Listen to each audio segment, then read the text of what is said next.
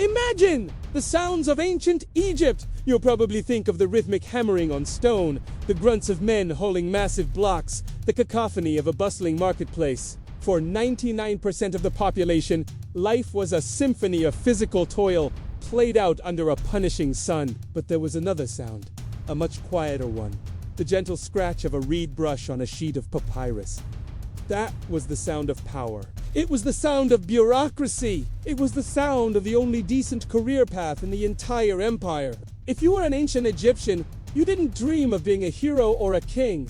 You dreamed of being a scribe. Welcome to What If You Were, the channel that explores the hypothetical lives you're much better off not having lived. Today, we're not looking at the men who broke their backs for the Pharaoh. We're looking at the men who recorded it all, proving that even in the Bronze Age, the best job you could get was in middle management. Your journey to this life of relative luxury doesn't begin with a heroic quest, but with a simple accident of birth. You are likely the son of a scribe, a mid-level official, or perhaps a skilled artisan who saved enough to send you to school. For the vast majority of Egyptians, literacy was as alien a concept as a weekend off. You are one of the chosen few, selected not for brilliance, but for opportunity. Your career path is decided for you around the age of 5 or 7. When you are enrolled in a scribe school, perhaps one attached to a local temple, or within the halls of a noble's estate. This is not a choice you make. It is a great privilege bestowed upon you, a lottery ticket out of the quarries and the fields. School life, however,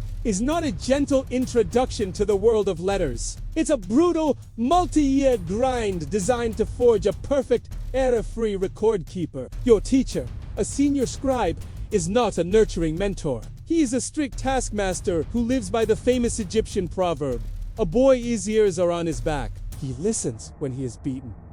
Discipline is harsh and immediate. Mistakes are not learning opportunities. They are failures to be punished with a cane. You spend your days sitting cross-legged on a stone floor from sunrise to sunset, a small clay pot of water by your side. Your first task is not to write beautiful prose, but to practice endlessly. You don't get to touch the precious, expensive papyrus. Your canvas is an ostrakhan, a shard of broken pottery, or a flake of limestone, the ancient equivalent of a scrap of paper. On these, you practice your signs over and over and over again until your hand cramps and your mind goes numb. You must master not one, but multiple writing systems. There are the hieroglyphs, the beautiful, intricate words of the gods you see carved on temple walls. They are complex, artistic, and utterly impractical for daily use. You must learn hundreds of them, each one a miniature work of art.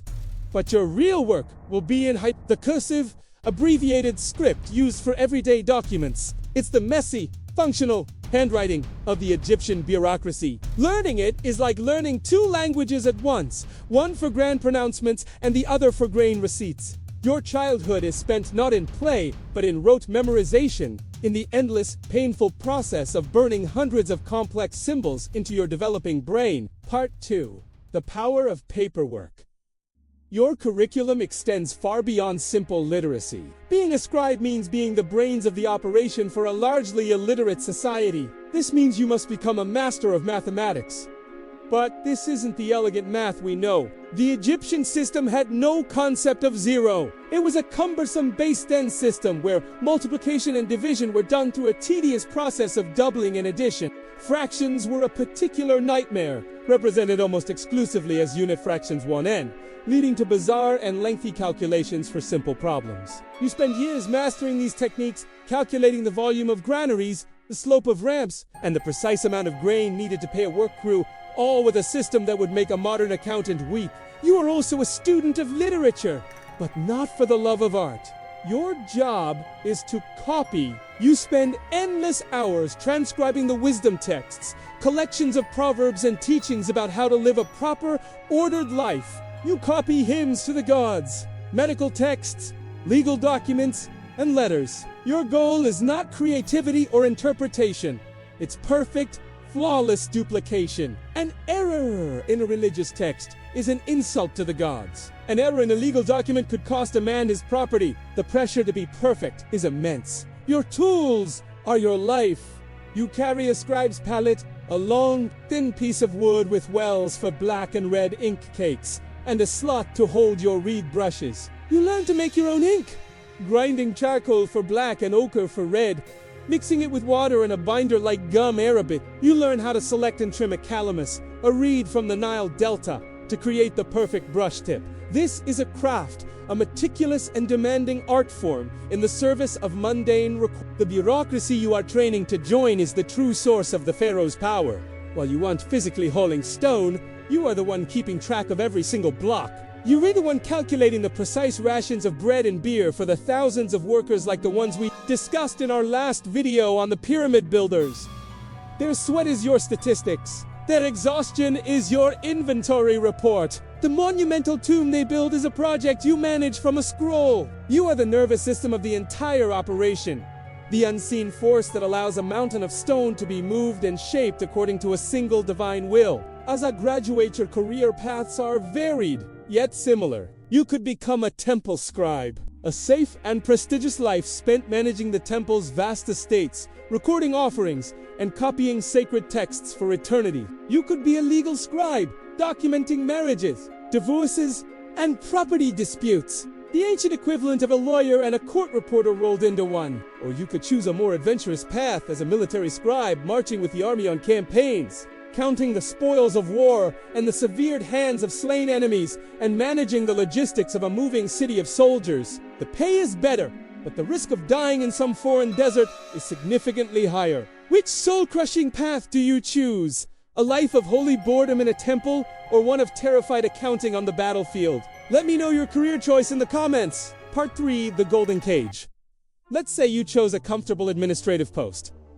Your life is now one of routine. You wake in your modest mud brick home, put on your clean linen kilt, a major status symbol, and head to your office. Perhaps a cool, shaded room in a government building or a nobleman's villa. You sit cross-legged, unroll a fresh sheet of papyrus, and begin your work. Your day is a succession of lists. Lists of grain coming into the granaries, lists of taxes owed and paid, lists of workers assigned to a project, lists of offerings for the local temple. You are the master of the spreadsheet in a world before computers. It is meticulous, repetitive, and arguably soul-crushingly boring. But it is a life of peace and security. This is the prestige of the scribe.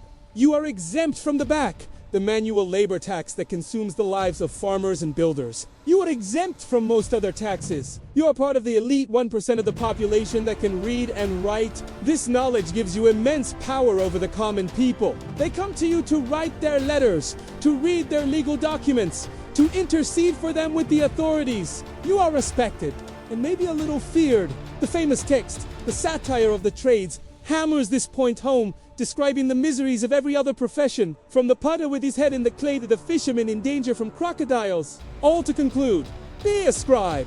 It is the best sales pitch in ancient history. But this prestige comes at a price. You are not a free agent. You are a servant. Your entire life and career are dependent on the patronage of a high official, a priest, or a nobleman, a man who is likely illiterate himself but holds your destiny in his hands. Your job is to make him look good, to manage his affairs efficiently, and to be an invisible, flawless extension of his will, while a very few exceptionally talented and politically savvy scribes like Imhotep could rise to become the most powerful men in the kingdom. For the vast majority, the glass ceiling was made of solid granite. Your ultimate achievement would be to retire as a respected, mid-level administrator with a comfortable pension. So, what if you were a scribe in ancient Egypt? You would have won the career lottery of the ancient world. You would live a life free from the back-breaking toil that defined existence for almost everyone else. You would wield the power of the written word, a form of magic in an illiterate world. You would enjoy security, respect, and a clean kilt. But you would also live a life of endless, monotonous bureaucracy, of subservience to the powerful. And your greatest adventures would be confined to the papyrus scrolls you so meticulously. Your legacy would not be a pyramid, but the paperwork that allowed it to be built. You would not make history, but you would be the one to write it down. Did you enjoy this trip into the impossible? Check out our other videos here. And don't forget to subscribe so you don't miss the next What If You Were.